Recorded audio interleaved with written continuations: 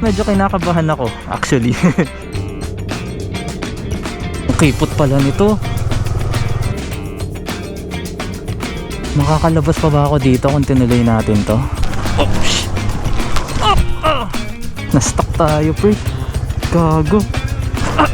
Yun na nga. Ay, grabe.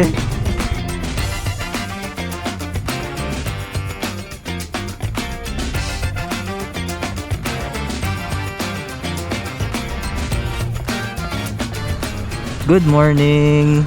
Camping vlog na naman tayo today, my dudes. Time check, 5:15 ng umaga. Ayan na, ang dilim pa.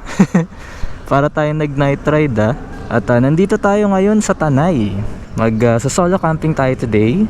At ang dala natin ngayon ay ang ating Yamaha PG1. Ayan. Tapos maaga tayo ngayon kasi 6 AM yung check-in dun sa campsite na pupuntahan natin. Yun lang, medyo kinakabahan ako actually.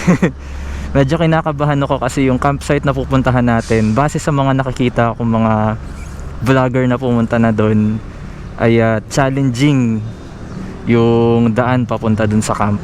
Camp Kawayan Solo Moto Camping. Let's go.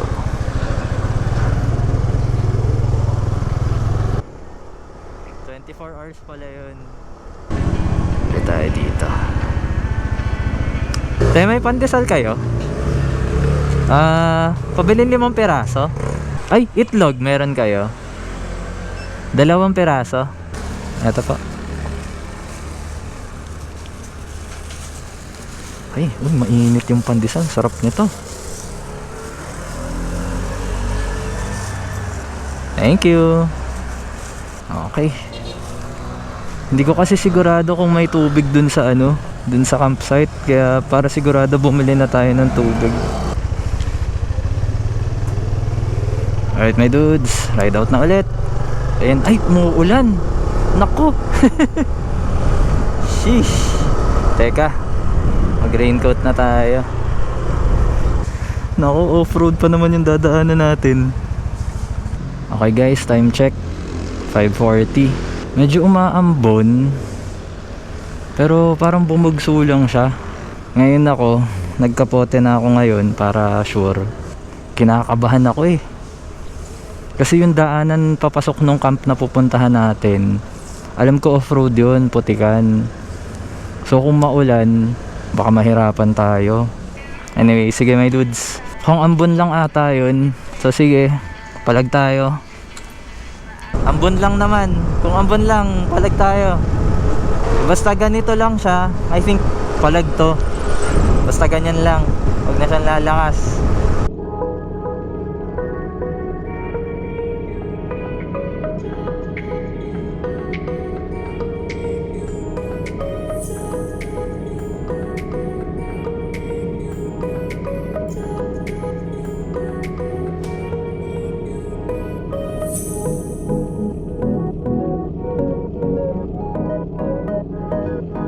Ito na yung off-road part, my dudes.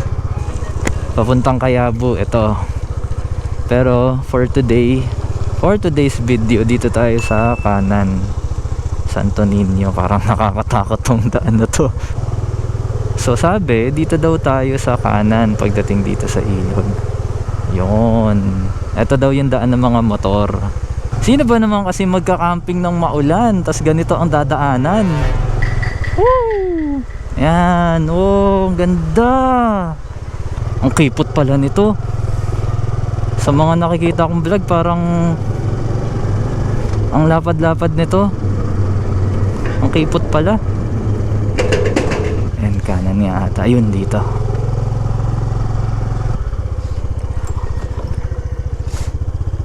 Sige, tanong tayo. Salamat. Okay, tama. So, yun lang pala yung mahirap dito, wala mga signage. Medyo siya, loob siya.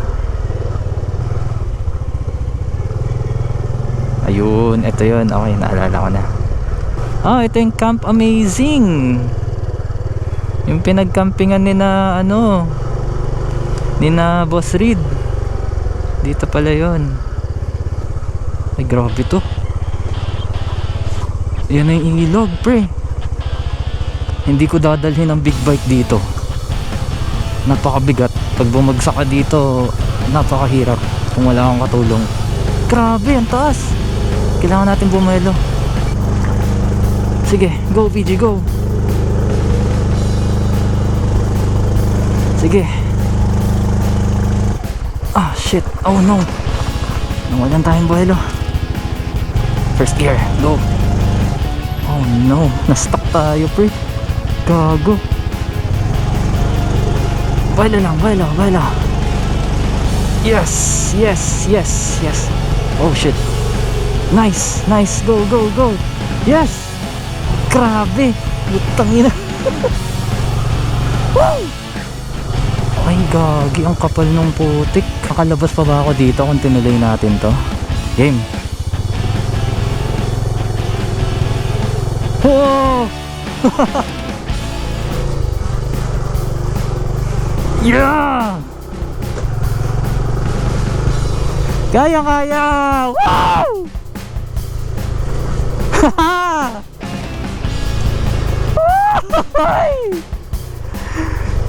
Wow! Lagi nagsaslide tayo. Putang ina, muntik tayo malaglag sa bangin. Nako, wag kang titigil. Nope.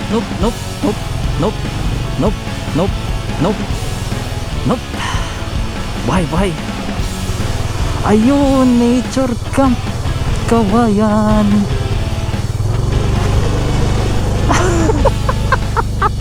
What an entrance.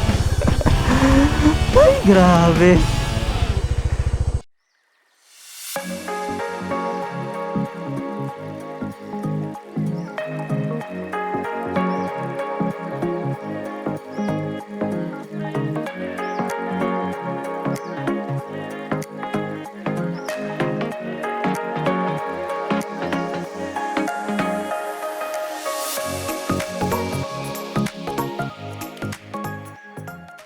Okay, my dudes, nandito na tayo.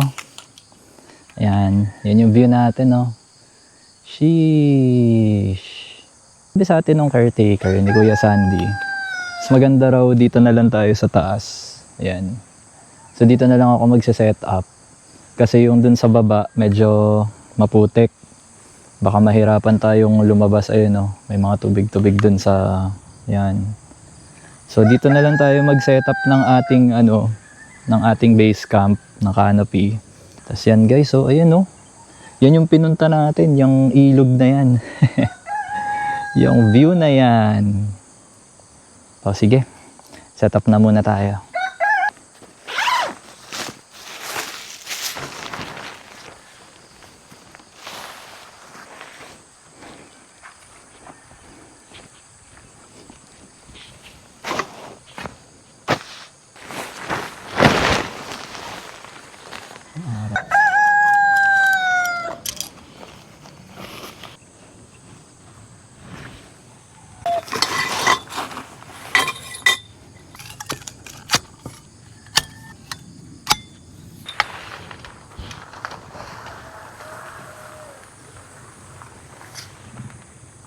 Para akong may rebulto dito. Ayan o.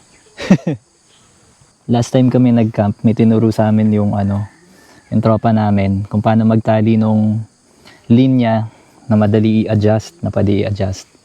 So ganito, turo ko sa inyo. Ikot lang natin dito yung linya. Ito yung nakatali sa tarp. Tapos ito yung dulo. Yung, yan. So ang gagawin nyo lang,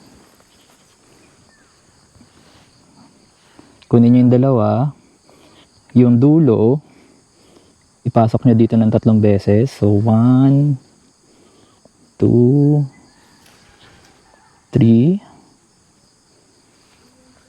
Tapos, compress natin yan, yung mga ikot na yan.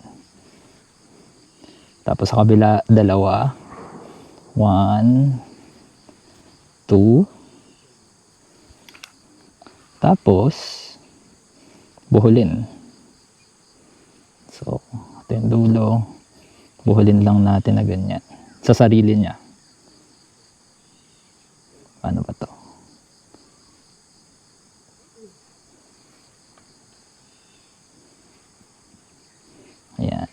pahuhulin lang. Sorry, medyo mabagal kasi hindi pa ako sanay. Pero yan. Pagka kinompress natin yan,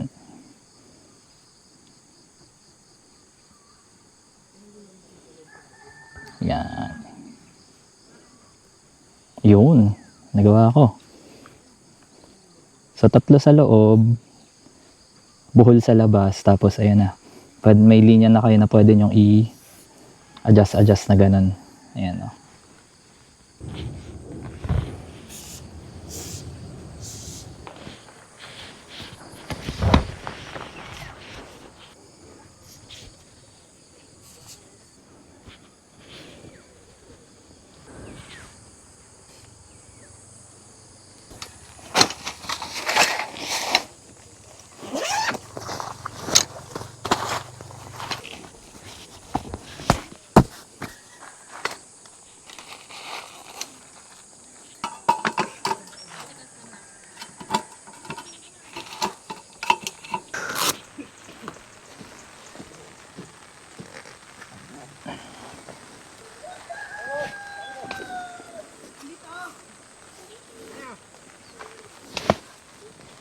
Buti na lang din pala nagdala akong ground sheet. Ayun. Last minute kong inimpake to eh. Sabi ko baka hindi naman kailangan kasi wala naman tayong tent. Pero dahil maputik dito sa pwesto natin, tama lang na may ground sheet tayo. Ayan. Pwede tayo magpaa. Lagi may bisita. Ang laki oh.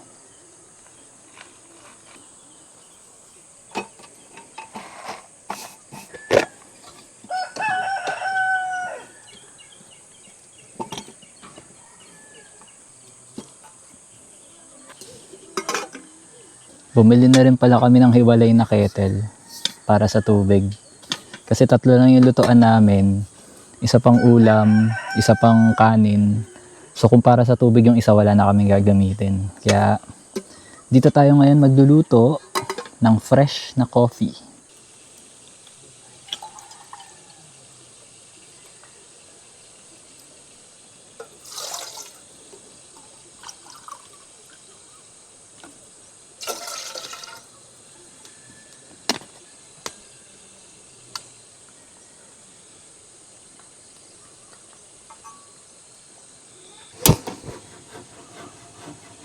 So yung kape pala na lulutuin nga natin ngayon ay Barako style. So ito yung gamit natin. Dinala natin nung huling camping. So Benguet coffee daw to. Barakos coffee. 7 Barakos coffee. So papakuluan lang natin yung tubig saglit. Tapos irerekta na natin to. Yung grounds.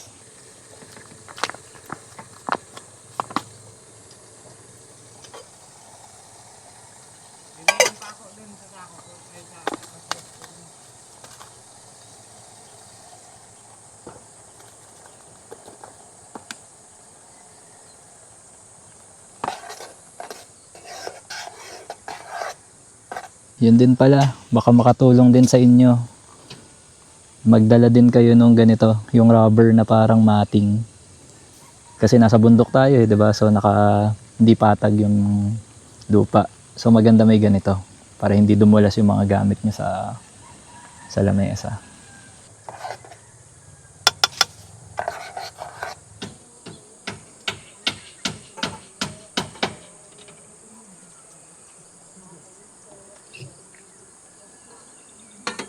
Breakfast tayo, my dudes.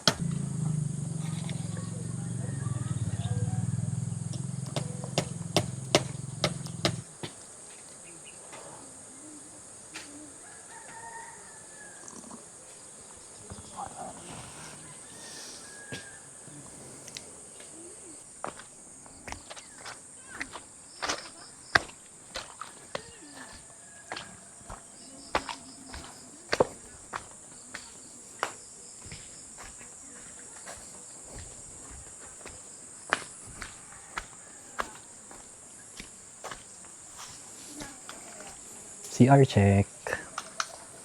Ayan. Malinis. May bidet pa nga eh. Check natin. Uy, meron.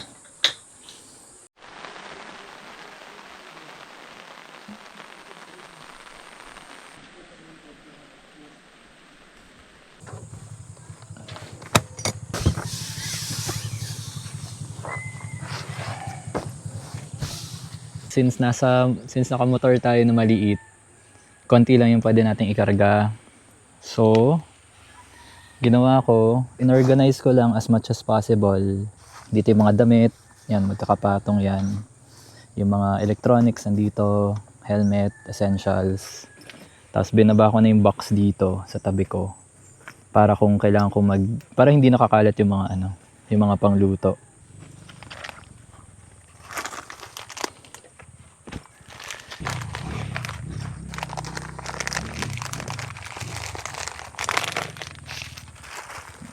Sakto na to sa sa dalawang kainan.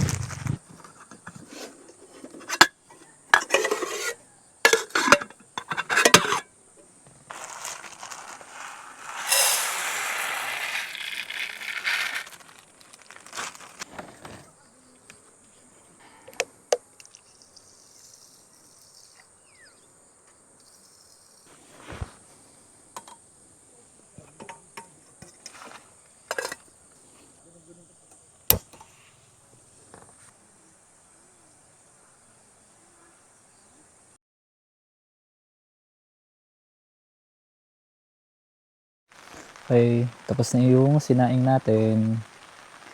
Yan. Luto naman tayo ng brunch. Uy! Buhay yung itlog. Hindi nabasag. Galing. So, yan, dalawa. Andiyan pa yung bangas ng plato nung bumagsak tayo. Tapos, ito.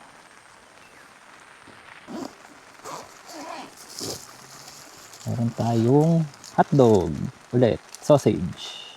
Yan.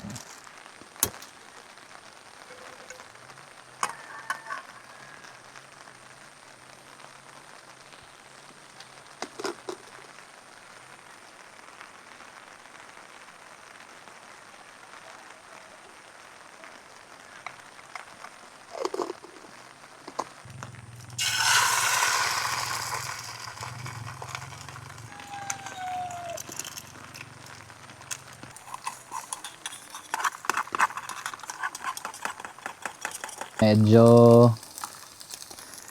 mahirap lang kasi hindi na ako marunong magluto ng hindi non-stick. Ayan. Dumikit na. Paano ba ang tamang luto ng itlog pagka yung hindi non-stick na kawali? Chat. Iwan nyo na lang sa comments. Hindi ako marunong eh. Pero ang importante, hindi luto yung dilaw. Ayan. Sunny side na medyo pagod na.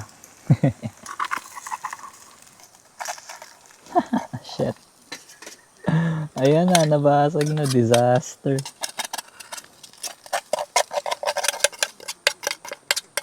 Malamang pinapanood to ng asawa ko ngayon. Wife Zomoto, pasensya ka na, yung itlog natin medyo hindi na sunny side. Sunny side down na, hindi na sunny side up. Ay po siya. Ayan na. Sunny side down. Next naman natin, sausage.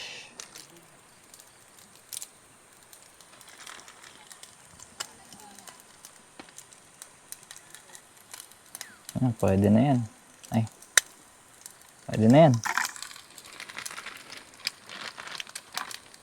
Ito. Para may design. Yun. Oh. Tama ba itong ginagawa ko?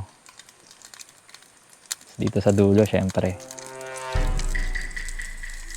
Yan.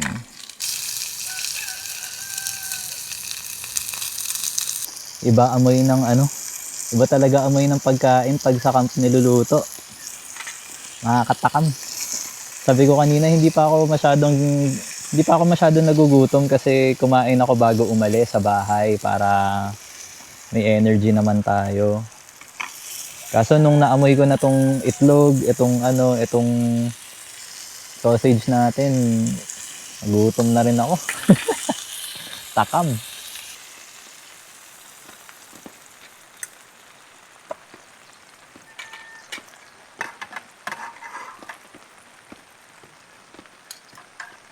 Yun. Sarap. Sheesh. The oily goodness. Oh my goodness. Yun, maganda yung saing natin. Hindi siya sunog. Ayun, tama lang. Kaya ayoko rin na may tutong para hindi siya mahirap hugasan pagka dumikit na. Ayan. Medyo damihan natin yung kain.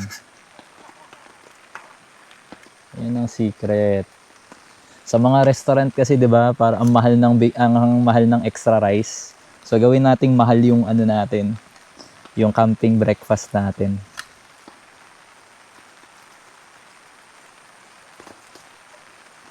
Pak. Oh. Plus 70 pesos. Kain tayo, my dudes. Alam niyo, pag nanonood ako ng mga vlogger kumain, mga camp vloggers, mga campers, sabi ko nung una, ang lalakas naman itong mga to kumain. Yung tipong taob kaldero, isang kainan, tapos ang daming kanin, daming niluluto, daming kinakain, pero nauubos nila. Sabi ko, grabe naman itong mga to kumain. Tapos, nung ako na yung nag-camp, yan, tulad nito, nag-solo camp na ako, feeling ko kaya ko itong ubusin, itong kaldero na to. Yan. Mauubos natin to ngayong araw na to.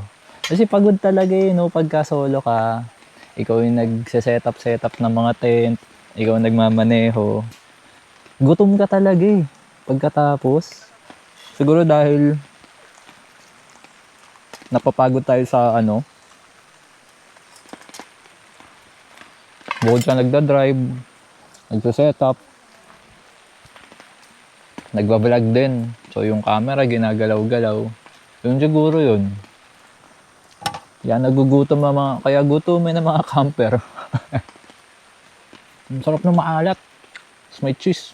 Ayan may cheese tayo. Meron ba? Meron. May cheese.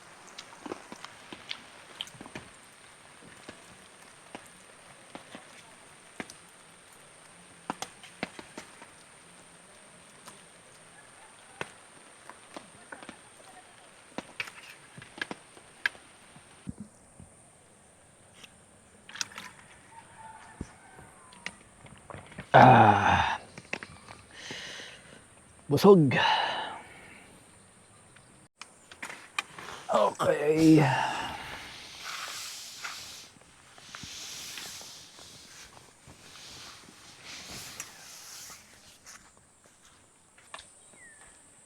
Ayun, may saban sila dito.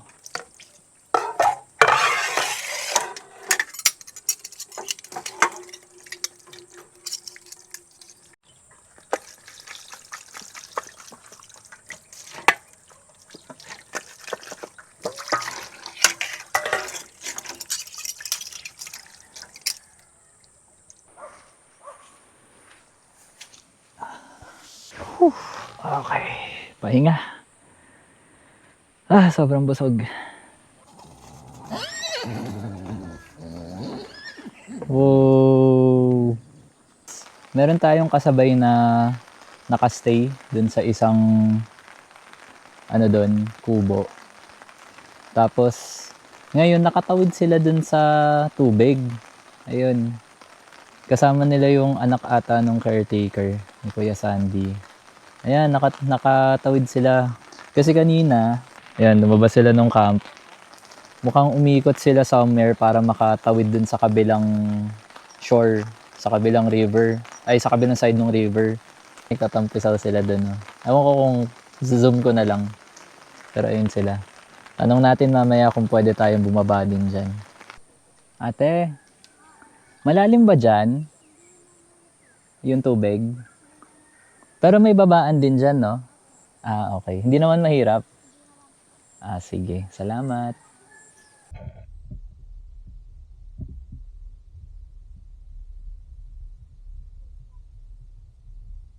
So may bago pala tayong may bago akong dalang gear.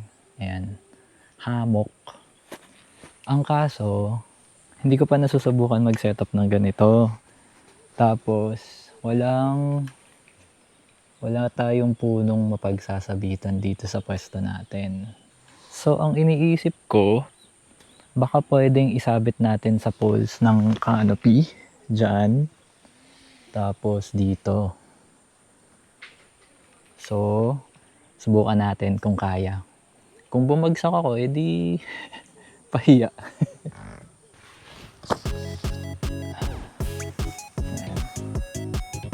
Buhol na lang siguro natin dito sa carabiner yung line. Yan. Ano siguro ako babagsak dito. Okay, try natin sa kabila. Yan. Tapos banatin na natin.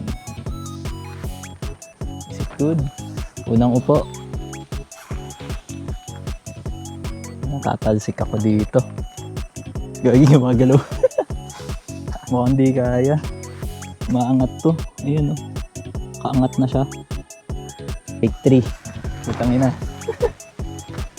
Kung bumagsak. Oh my god.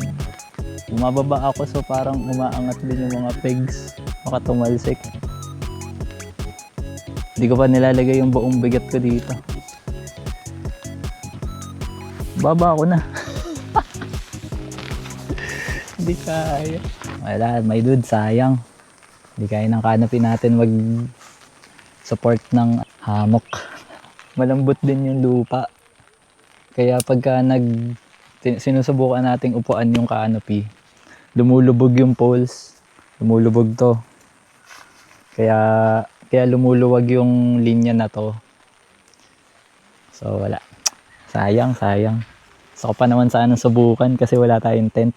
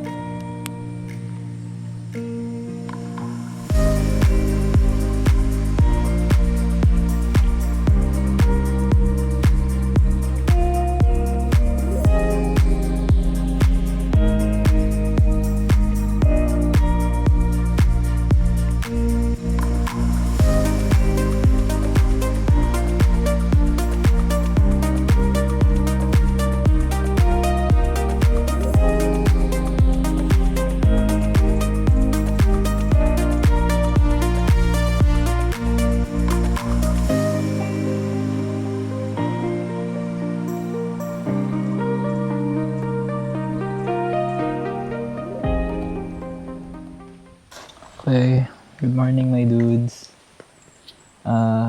Kakagising lang, nakaidip ako. Time check, 1:30 in the afternoon. On off yung ambon, pero ngayon mahangin na. Ayan, so di pa naman ako nagugutom. So baka magkape muna tayo. Kasi may pasobra yung kape natin kanina. Kape muna tayo, tapos pagka nagising-gising na, ligo tayo sa ilog.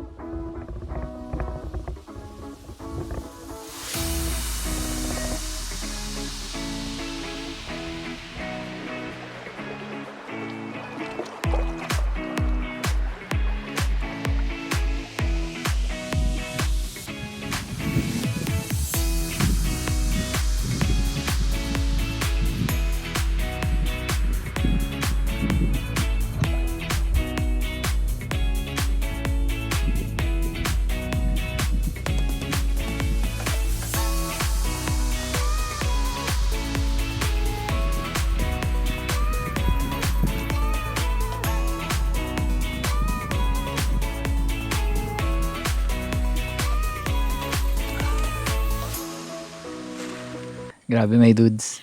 Sa ilang beses na namin bumalik dito sa Tanay para mag-camping, ngayon lang ako nakaligo sa ilog ng Tanay. So sa review ng Camp Kawayan, nakita nyo naman yung papunta dito. Mahirap siya. Technical yung daan. Kung hindi kayo komportabling bumiyahe dito ng kayo yung nagmamaneho, ang ginawa nung kasabay namin, nakausap ko sila bago sila mag-check out kani-kanina lang. Nag-park muna sila sa may tulay na nadaanan natin kanina. Tapos nagpasundo na lang sila. Ngayon, nakatulog ako dito sa kinauupuan ko kanina. Hindi naman ako nilamok. Tapos yung CR naman, ayun, maganda. May tubig, may flash, may bidet. Tapos mabait sina caretaker, sina Kuya Sandy, tsaka yung pamilya niya tumutulong. Though ako naman, di naman ako high maintenance na guest. No, turo nyo lang kung saan ako magkakamp, ako na bahala. Yun pala, walang signal dito at walang ruta ng Google Maps dito sa camp na to. So literally off the grid camping kung dito kayo magsistay. Time check 2:45 na, nag-aalas 3. Hanggang alas 6 naman yung booking natin dito, kaso ayoko na rin masyado magpagabi para hindi tayo mahirapan umuwi. Banlaw, clean up, let's go.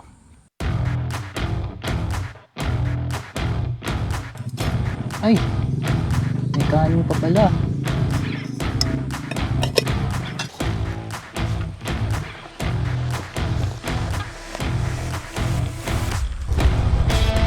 Yan na, ito na naman tayo. Para nagsiskating yung gulong natin. Bueno. Yun na nga. Shit.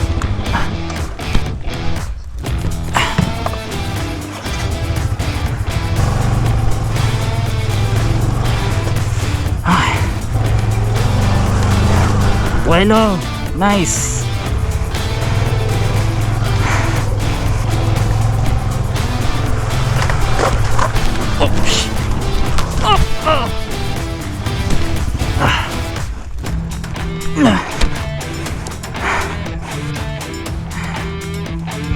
Ang dumi ka na.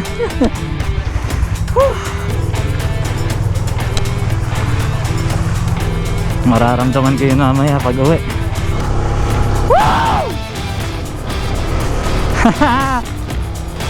Adventure! Lagot ako nito sa asawa ko pag nakita niya to. Okay, dito na natin tapusin yung vlog, my dudes. Pagod na ako. Thank you for watching, boys, and as always, cheers! Oh yeah, cheers! Cheers talaga tayo dyan.